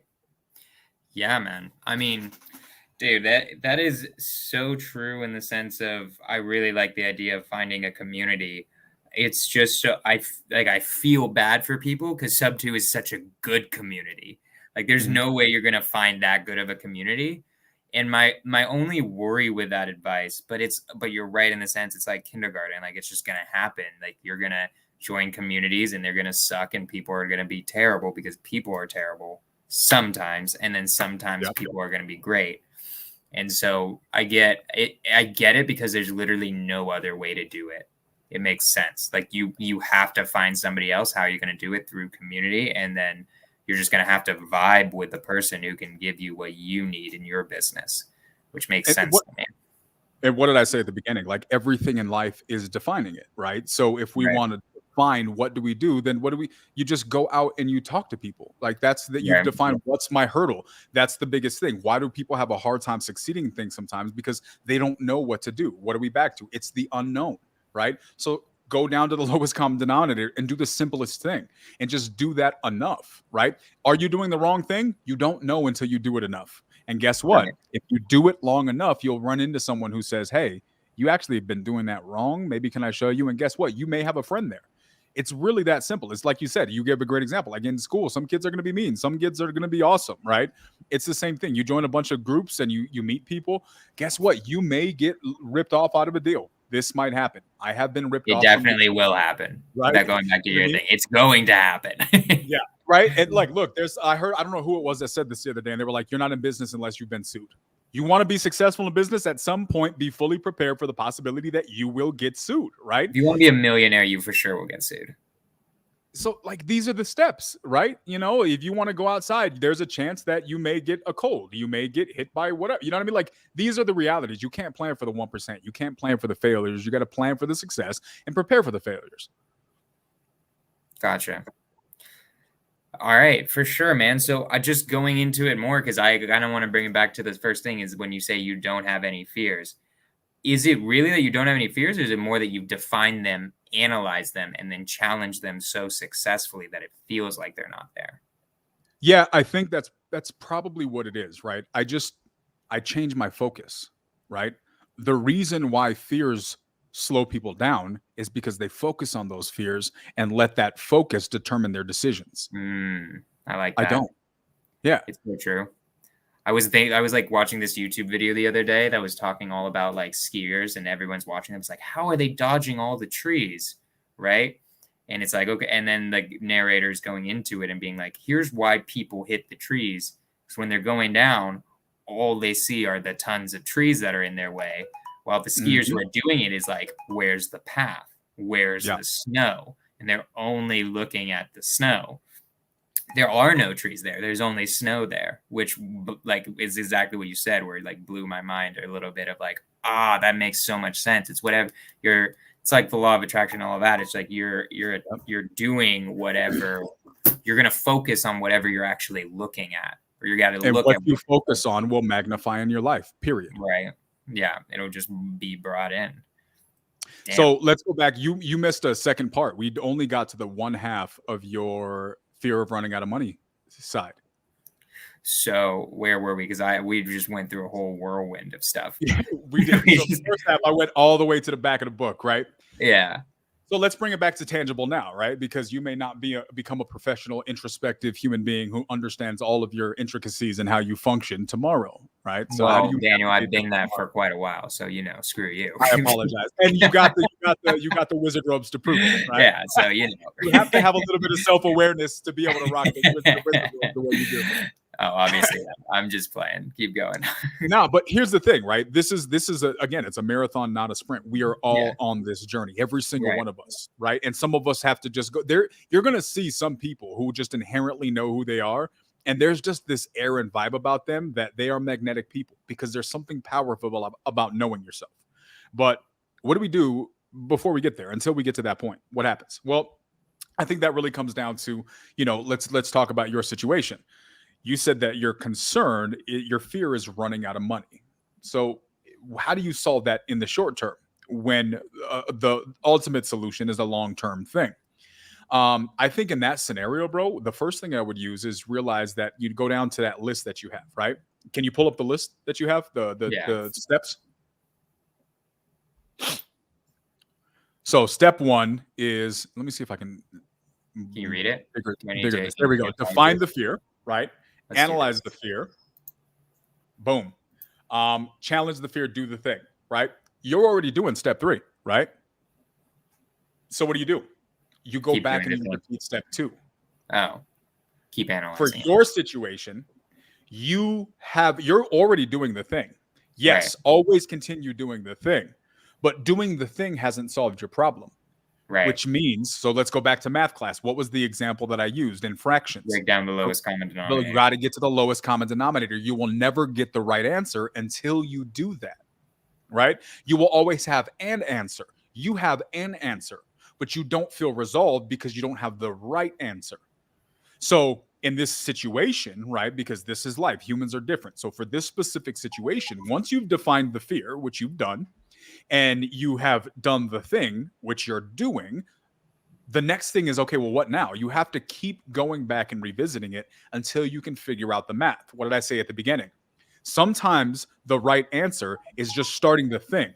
You have enough. When we gave the example of the person that was scared that they were going to get cussed at, what did we do? We broke it down to like 3 layers.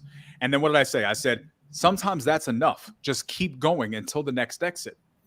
But it doesn't, but what are you doing in that process? You're staying on step 2. You're going back and revisiting from time to time to see if you found the piece. Because sometimes, guys, sometimes the answer to our questions are found on the journey. Right. And I think a lot of us are waiting till we have the answers to get started on the road, not realizing that our answers are like 3 exits away. And it's the only way in the end. It is. And so I think, but in your situation, here's the cool thing about what your fear is. You can actually let your fear be your fuel. Yeah. Until you define it, and then your fuel will change. Yeah. I mean, I can tell you what I've been doing too, because this was something I realized in the mastermind. You weren't in the room where we did the breaking down for me, but basically I wrote down like fears that were holding me back. And the one thing I love Pace, but I realized he gave me advice based on that fear. And then in my head, I'm like, no, what's the right advice? And then I had a whole thing. And he's like, dude, hire somebody. Like your fear is spending money, but you really need to hire somebody. And I'm like, okay. So then I thought about it, and I just literally thought about it more. I don't know if I analyzed the fear, but eventually I kind of was just like, screw you, bro. Like, for me, this is what I a lot of times do is like, screw your fears, just do it. And not everybody can do that is the thing. That's why I'm trying to like help people. But like, I have a good knack for being like, bro, shut up. You've made so much money already. It doesn't even make sense that you'd run out of money at this point. Like how much money you made last year is going to at least double. How in the world are you going to run out of money? That's just a stupid concept. And I think that went to analyzing the fear, being like, let's think about this for a second. Is that actually even going to happen at this point? Maybe when you only made 100K, that's possible. But like with how much money you've made now, like how in the world are you going to run out of money? Like you paid yourself. It's not going to happen. And you're preventing yourself from hiring people, which is what you need to get to the next step. And you're being an idiot. And that kind of clicked in my brain a little bit more with the mastermind. And so now I'm at okay, we just got to do it. Like, screw it. Yeah. So I followed it subconsciously, I think, what you're saying. Well, here's the thing. And I think sometimes what we realize, I think that's a perfect example, right? Because guys, let's be really, really clear. We're breaking this down into points, and these are good universal points. But if the final point is know yourself, then you have to take away from this entire podcast the fact that all of these points are only relative to who you are as a person. So there's going to be some things that are a little bit different for you because that's the nature of this thing. And we got to accept and make room for that. Now, but here's the thing, right? So what you're saying is we use the example of being in the dark room. You're doing the thing. You're walking around in the dark. At this point, eventually, you're just going to flip the light switch and realize, oh, shit. Okay, well, all right. So that was what I was worried about. Let's just not talk about it. Right. You know what I mean? And it becomes that simple. But the fact is that you're still doing the thing. And that's really what this comes down to. Like, honestly, guys, I'm going to say this. All of this stuff that I'm saying and all of these things that I'm talking about and all of this information and research and amygdalas and hippocampus and all of these things, that's all great. But I can tell you right now, without a shadow of a doubt, without question, you want to find the best, fastest way to get to these things, start with action. Start with doing the things, period. Just start there. Let the rest happen on the way, right? It's in the going and the doing. That's when you'll figure all that out. You will wait forever trying to figure it out and be ready to go. Yeah, 100%, bro.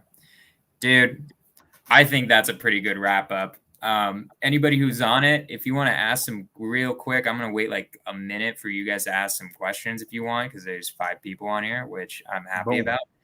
I just ask some questions because if there aren't any pressing questions that somebody asks and I'm going to wait like 30 more seconds or something, then I think I can end it there, bro. That was amazing, dude. I am blown away from all the knowledge you just shot at me and everybody else here. That was incredible. I want to read the book. God damn it. Like, I want, like, Jesus. I mean, who is there doesn't want to read the book after that is insane. I appreciate it. That's going to be the book club. Like, you should just tell Pace, like, yo, what if you guys read my book? That We'll do would the be launch inside of the book club. Yeah, 100%. Yeah, man. I mean, I'm gonna ask you one more question. People can leave if they want, but I want to ask one more question. Is give an example, because do you do this automatically? You said you don't have any fears, but is it because you do this automatically, or do you like actually have an example where you had to do this in the business and you just do it so quickly you don't even think about it? It's so I'll use an example. So yeah, it's become a habit, right? Again, I think that a lot of life is learning the tactic until the tactic becomes a part of who you are, right? So I use this in sales training a lot. If someone tries to teach you a new tactic in your sales conversation, let's assume you're doing sales and this is what you do, you want to become a better closer. A new tactic is a good thing to try, right? But until you practice it enough that it becomes a part of who you are, it's still something that you're doing. And if it's something you're doing, it's not organic to you. It's an action, right? So in life, that's what we do. Anytime we learn something, we do it, right? Until it becomes a part of who we are. It's developing the habit until we feel it's going to the gym for 30 days when we don't feel like it until we feel we're not going, right? It's a universal law that happens in human nature, right? So I think there is a big part where that's just it. I've done it so many times, I don't think about it. But there are still places where it triggers, right? I used to do a lot of public speaking. And it doesn't matter. No matter how many times I would do public speaking, right, and just get up in front of people and run my mouth, there'd still be that thing right beforehand, right? So for me, what I learned from myself is the same. When I didn't realize it at the time, looking back and realize, oh, that was the same thing. It's the same thing, right? It's in a different scenario. I distracted myself, right? So what I would do is if I knew I was going to be speaking, I would be busy doing something else until the second I had to go up on stage. Like, give me a work, completely unrelated. Give me a work call. Let me talk about something else. Just something completely unrelated until it was time to go up. And then all of a sudden I'm there. And what happens is, and we'll end this with a cute little story, right? If anybody's ever seen this, Will Smith actually came out with this video like 6 months ago. I was literally thinking of this video exactly when you were the skydiving, right? The skydiving, exactly. Okay. I already knew I already know this video. Right. So when I saw when I saw this, I was like I love this story, right? Because it's true for so many reasons. It's another person's example of the same thing that we've been talking about, right? Everybody has their own examples in this. So for those of you who don't know, you can probably find it, look up Will Smith skydiving. And so essentially what he does is he gives a story about how he was going to go skydiving and how the entire night before he was like freaking out. Like he was in his bed, he couldn't sleep. And he was like just really terrified about all the things that could happen. And he goes through this really long story talking about for all of the time leading up to the fact that he was about to be jumping out of this plane, he was terrified. And he was so terrified that it destroyed his experience to a really, really cool thing. And what he realized, he said, once I jumped, I wasn't scared at all. Like, I was just like in awe of all of the situation that was going on. And he said the craziest part is when I was in bed, I was terrified. I wasn't in danger when I was in bed, right? At no point during the point that he led up to him jumping out of that plane was he in danger until he jumped out of the plane and then the fear went away, right? So with that being said, that was the maximum point of danger. That's when he actually could have died. At exactly the maximum point of danger was when the fear wasn't there. And so his story was like, fear is all in your head. Don't allow something to stop you when there's really no danger. When the thing that you're actually scared of isn't as dangerous as you thought it was. Now, obviously, skydiving has its own inherent fears. So to use that example, and you guys look up the story, it's a really cool story, and he says it better because he's Will Smith, right? But pardon my dogs, by the way. But here's how this comes back to me. What was funny is, and I did this years ago, right? Well before Will Smith had this skydiving experience. And I realized that if I distracted myself, I wouldn't be laying up in bed the night before scared of jumping out of the plane, right? 10 minutes before you're going on stage is when and then what happens, you get up there and you're shaking and your breathing's funny and you don't know what to say and your words get jumbled, all because that part leading up to it puts your nerves into this weird place that you take with you onto the stage. When I distracted myself, the nerves were gone. I jumped on the stage. There was nothing to be scared of, just like Will Smith's story. So in summary, what we were talking about? I just changed my focus. Right. Just like I did with everything else. I focused on something else and realized that the fear was just my brain doing something that it was trained to do, but it wasn't necessary in my current situation. Damn, bro. That was lit. You made this the best podcast so far. I'm gonna say that. That was sick. I didn't know how you had so much on fear and mindset and that type of stuff. That I'm so glad I had you on, bro. Awesome, man. I love it. That was an amazing way to end it. I'm just gonna say, everybody who's listening, I would love it if you got value. I already know you do because I got so much value. Everyone who's watching, take a picture of this, put it on Instagram, try to shout out this podcast because I'm sure what the goal with this is to try to dispel as many fears as possible and go into how different people get over fears and what they do with business. But you really put it into like life. You blew my mind with the fact that it's like, it's not even like a fear. It can just sometimes be, you just don't know who you are. That's a gnarly way to think about it. And so if you guys can subscribe, like the video, you know, do all the things that all the YouTubers say to do, you know, whatever, like just if you want more stuff like this, definitely follow on YouTube, do like an Instagram story. I appreciate all of you guys. Daniel, I appreciate you so much. I love you, brother. I'm gonna end the broadcast right now, and love you guys. Thank you guys for everything. 100%. I'll see you guys next week.